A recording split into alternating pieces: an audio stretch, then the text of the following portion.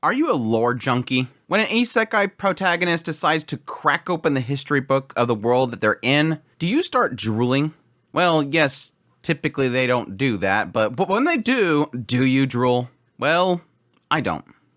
Unless I'm deeply invested in a story. So no doubt, when Rudeus of Mushoku Tensei decides to do that, I am all ears. But sadly, this is something that I didn't experience in Mushoku Tensei until I cracked open the novel series. See, the anime adaptation decided to cut out the most juiciest section of Volume 2, a chapter that does a full deep dive into the written history of the world that he's transported to, giving us an insight into why this world has so many races, where they came from, where magic came from, what caused the Great Wars, and what even formed the actual continents themselves. It's stuff that I can't get enough of when it comes to Mushoku Tensei, and we're going to go over that in this video.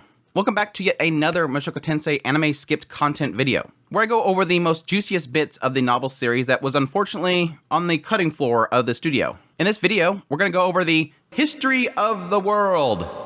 So, with that said, strap in. Cutting back to the point in which Rudeus was staying in the city of Roa in order to tutor Eris Greyrat, he started getting an overview of the world's history in a book that he borrowed from the library. It showed the world as it is now has pretty much existed for about 10,000 years, and its history was truly fantastical. The gist of that history is as follows. More than 100,000 years ago, the world was split into 7 smaller worlds, each with its own god to rule over it. This was called the Ancient Age of the Gods. These 7 worlds and their respective gods were the world of the humans, the human god, the world of the demons, the demon god, the world of the dragons, the dragon god, the world of the beasts, the beast god, the ocean world, the sea god, the sky world, the sky god, and the barren world, the barren god. These worlds were separated by barriers, so coming and going was no easy task. Someone who lived in one world had no idea there was other worlds. Only the gods and those strong enough to cross those barriers knew of the other worlds. 20,000 to 10,000 years ago. In the dragon world, an incorrigibly evil dragon god was born. With his incredible and dreadful power, he destroyed the barriers separating the worlds. With his followers, known as the 5 Dragon Commanders, he began destroying the other worlds. Survivors from each of the destroyed worlds fled to the other world seeking shelter. When there was only one other world left, the Dragon God's commanders finally turned on him. The head of the 5 Dragon Commanders, the Dragon Emperor, and the other 4 Dragon Kings fought the Dragon God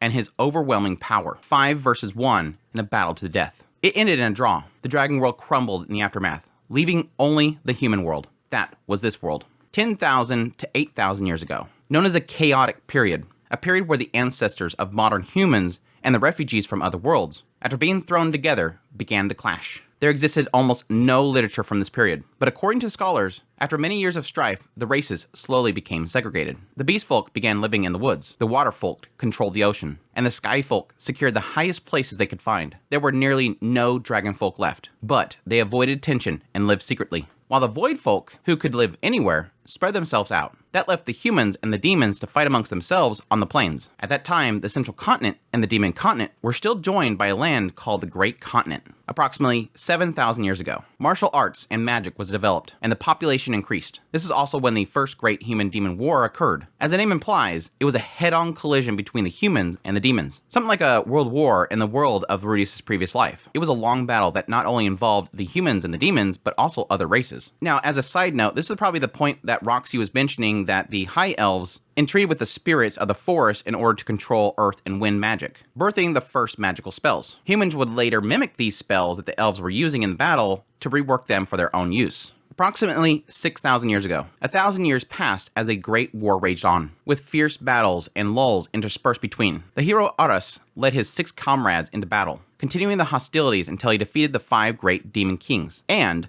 the great emperor of the demon world, Kishirika. Based on the great emperor's name, Rudeus guessed that they were probably a woman. In his head, he pictured Eris in a leather outfit, cackling loudly. He thought, wait a second, Aras? What the heck is this? Dragon Quest VII? Approximately 5,500 years ago. Being the fools they were, the humans got drunk off power from defeating the demons, and began warring against other races, as well as amongst themselves. Demons were reportedly used as slaves during this time. This period of constant war continued for almost 500 years. 5,000 years ago, the second great human-demon war broke out, seeking vengeance on their 1,000-year grudge. Kishirika, the great emperor of the demon world, stirred the demons into action. Rudeus thought that Kishirika was some sort of name that each of the emperors received when they took the throne, but apparently, the emperor was immortal. Even if they died, they would revive hundreds of years later. Perhaps the reason they were called the Great Emperor of the Demon World was because they were ranked above the Dragon Emperors. Either way, the demons made allies of the Beast Folk and the Sea Folk, overwhelming the humans. The humans were driven into a corner. 4,200 years ago, the Second Great Human-Demon War came to an end. The warmongering humans fought for 800 years without admitting defeat, and finally forced their enemy back. This was thanks to the efforts of the legendary hero, Golden Knight Aldebaran. This guy was a total cheater. He routed over 10,000 men by himself. He defeated all the powerful demons he encountered and fought one-on-one with the Great Demon Emperor. His final attack was so powerful that it created a hole in the Great Continent, splitting it into the Central Continent and the Demon Continent, with the Ringus Sea in between. One passage wrote that he was the human god himself. The only Aldebaran that Rudeus knew was the one who would die if he used his own lethal technique. So it seemed this world's golden saint was made of tougher stuff. The whole bit about him splitting the continent sounded like a load of garbage to Rudeus, but it was true the continent separated into two, forming a new ocean. A long-sought peace finally settled over the land once the continent split. 4,200 to 1,000 years ago. Time passed quickly after that. The world was at peace, but the demons were driven from the central continent. The humans were a clever bunch, using diplomacy to corral all the demons onto the demon continent. The central continent's land was naturally lush and easy to live on, whereas the demon continent's land was barren and prone to magic accumulation in certain areas, which by all accounts typically creates monsters, more powerful monsters. By forcing the last of those foul demons onto the demon continent and blockading it, the humans were metaphorically slipping a silk cord around their necks and strangling them with it. This was all done in cooperation of the other races, in hopes there would never be another great human-demon war ever again. The demons most likely resisted in some way. They were, after all, on the receiving end of a concerted attack. But whatever their reaction was, no war broke out. As a result, they soon became desensitized to the way they had been restricted from leaving their continent. In that harsh environment, with scarce resources being fought over, civil war naturally broke out. This forged them into fierce warriors,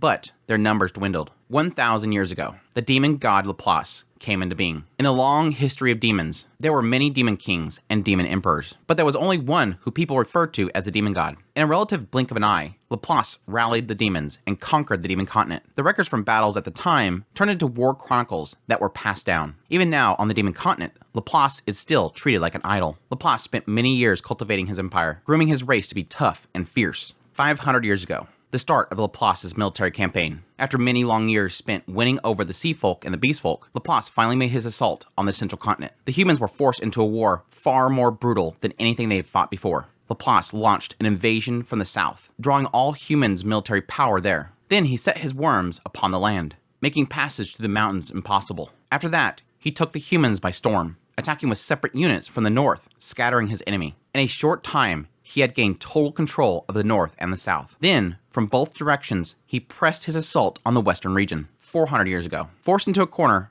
the humans took their last gamble. The 7 heroes convinced the sea folk to lift their blockade, then set out on the sea to the Millis continent. Millis had escaped invasion for many reasons, such as the barrier around Holy Millis, its robust army of holy knights, and the topography that made it difficult for a large army to disembark. Part of the reason why it was so isolated was also due to the great forest that covered the north. Now allied with demons, the beast folk had taken control of the holy country of Millis. So the 7 great heroes set out to persuade them to their side. Or rather, the 7 went out to the heads of each clan, took their children hostage, and then threatened them into cooperation. In the book, it was written that the children cooperated willingly, but Rudeus wasn't deceived by such an obvious spin. It came to the day of the decisive battle. The last remaining kingdom of humans on the central continent, the kingdom of Asura, mounted all their efforts for the final battle. Soon, the 7 heroes came, leading the holy knights of Millis and the beast folk in an assault on Laplace's main stronghold. After a violent confrontation, 4 of the 7 heroes were dead, but they successfully sealed Laplace away and destroyed his closest companions. 3 heroes survived: the Dragon King Urupin, the Northern God Kalman, and the Armored Dragon King Perugius. They were referred to as the 3 legendary demon god slayers. Rudeus thought they didn't slay anything. He was sealed away. Though Laplace was defeated, the humans were greatly exhausted from the battle and couldn't keep up fighting anymore. Instead, they signed a treaty with the demon kings back in the demon continent, one that wasn't allied with Laplace and led a more moderate faction of the demons. The blockade on the demon continent was lifted. The demons could now freely travel to other continents. According to the terms of the treaty, racial discrimination against demons was prohibited. Present day, 414 of the Armored Dragon era. The deep-seated trend of discrimination against the demons continued, but they were mostly peaceful. For all accounts, Rudeus understood a couple things. Cutting things off at the number 7 was done for historical reasons. There was 7 legendary heroes, 7 worlds, thus the lucky number was 7. 6 was unlucky, since there was 5 dragon generals and 5 great demon kings, each of which makes 6 when you counted their respective leaders. The various races like elves, dwarves, and halflings were like subspecies, but they were counted amongst the demons. It was possible they were just new races that were developed during the chaotic period. Or perhaps they had something to do with the Baron folk that first came over. Incidentally, part of the reason why there was so much knowledge about this long history existing was because some of the species were actually immortal. This is the case for the great demon emperor Kishirika, as well as a few other demon kings. Perhaps there was some sort of magic that made them live forever. By learning about the history of the world, Rudeus also learned about the languages that existed there. The most commonly used ones were the human tongue, used on the central continent, the beast god tongue that was used in the northern part of the Mills continent, the fighting god tongue that was used on the Beggaret continent, the sky god tongue which was used on the divine continent, the demon god tongue that was used on the demon continent, and the sea god tongue that was used throughout the seas. To distinguish them, the languages were named after the gods of various races residing on the different continents. Only the human language didn't use this convention, a decision that might incur the gods' wrath. The humans who spoke the human tongue on the central continent were divided into 3 regions, north, west, and south. Each region's language had minor differences from others, something like a difference between American and British English. Reese's native tongue was the western dialect of the human tongue. Apparently that dialect was mutually intelligible to those in the north, but in other regions it was best not to use it. Men from the western region was thought to be wealthy, and wealth only attracted unwanted, sometimes unfortunate attention. The Mills continent was split between the north and the south. The north spoke the beast god tongue, while the south spoke the human tongue. As for the sea folk lived all over the waters of the world. Rudeus had heard the term fish people before, but never seen them in a city. Additionally, while Rudeus was in the city of Roa, he learned more details about the legend of Perugius, one of the people involved with taking down Laplace. The armored dragon king Perugius, no one knew where he was born or raised. The oldest record of him came from his younger days before he was famous, when the dragon god Urupin dragged him along to the Adventure Guild. He showed such strength that in no time, the dragon god Urupin, the north god Kalman, and the twin emperors Migas and Gumas formed a party with him. They crushed every opponent they faced. Thanks in part to his brotherly bond with Urupin, Perugius was written into history as the Armored Dragon, and is one of the 5 dragon commanders of the Dragon God. He displayed the magnificence of his power in the battle against Laplace. Perugius made use of his greatest strength, summoning magic, to call forth 12 familiars: Void, Dark, Bright, Surge, Life, Violent Earthquake, Time, Roaring Thunder, Destruction, Insight, Insanity, and Atonement. These were aliases of the strongest familiars, the ones he manipulated. With them, Perugius restored the old floating fortress Chaosbreaker and headed into a final battle against Laplace. Yet all that power was not enough to completely destroy the demon god, forcing Perugius to settle with sealing him away instead. Still, the strength and imposing appearance of Chaosbreaker in the sky was enough for people to call him the Armored Dragon King. The kingdom of Asra praised him for his achievements, and with the end of that war, proclaimed the start of a new era. This was the current era, the Armored Dragon era. The Armored Dragon King Perugius did not rule or reign over anything. He simply hovered over the world in his floating fortress, Chaosbreaker. No one knew his true intentions. More importantly, it had been 400 years. Was the guy even still alive? Was it just a empty floating castle in the sky now? That said, if opportunity ever presented itself, Rudeus would love to check it out himself. There was also one other thing that was established after the Second Great Human-Demon War ended. Legend has it that a person known as a Technique God came up with the idea of the 7 great powers. This is a list of people that were considered the strongest people in the world. The Technique God selected 7 people, including himself, and declared those the strongest of the world. Rudeus at some point came upon a monument that immortalized those people. It was listed as number 7, North God, 6, Sword God, 5, Death God, 4, Demon God, 3, Fighting God, 2, Dragon God, and 1, Technique God. Apparently, with exception of the Technique God, the 7 great powers all participated in Laplace's war. Among them, 3 were killed, 1 went missing, and another was sealed away. The only one who made it out in one piece at the time was the Dragon God. After several hundred years, with those at the bottom swapping spots for the strongest, the phrase fell out of use. Currently, the whereabouts of the 4 at the top were unknown.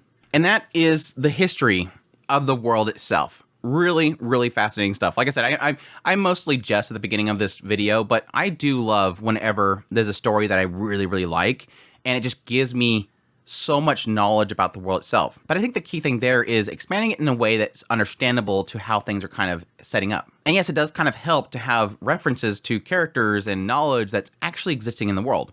Like the whole idea of Perugius' floating fortress.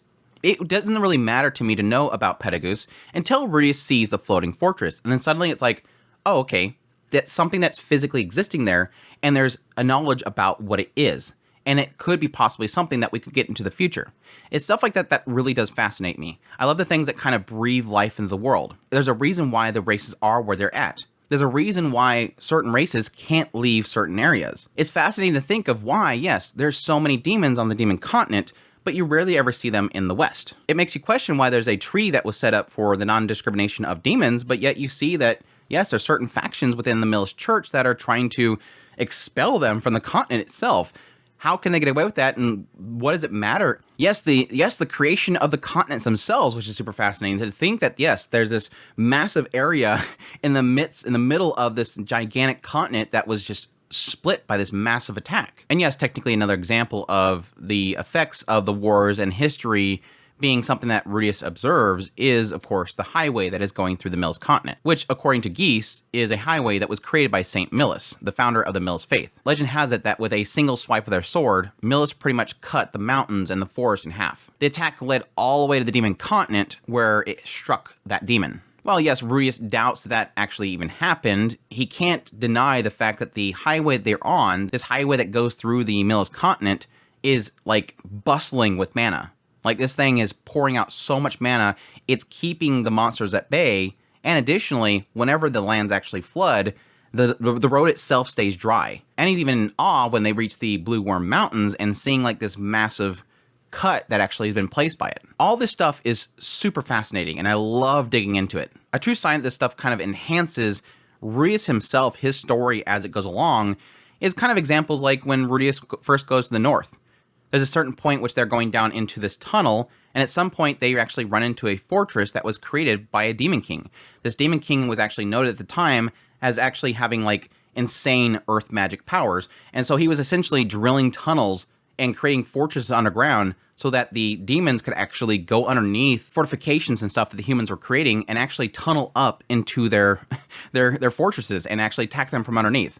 Again, it's stuff that's kind of set up back here and acknowledged back here, that over time, Rudeus is going to actually see the signs of it in the world itself. And yes, the thing that I love even more so is getting into the creation of things like magic, how the High Elves themselves made pacts with the spirits and created magic, and how humans pretty much mimicked that and started making their own magics. The birth of magic itself, which we'll get into a whole nother video that I want to get into, which is a deep dive into magical mechanics of the world itself that we've kind of gone through already in the novel series that I just absolutely love. But anyways, really cool stuff. And when I ran into it in volume 2, I was super shocked that the anime skipped it. And I'm like, holy crap, I'm going to eat all this up. And I just spent like an hour just kind of drilling through it and going, holy crap, this is such good stuff. So I hope you guys enjoyed this video as always. If you did, make sure that like button down below, comment, let me know what you think of the history of the world itself. Do you think it's pretty fascinating, or is this the kind of stuff that you usually skip through, like the information dumps that you don't like to look at with these series? It's one of those things where I think I trust Refugin more than anybody to actually utilize the history.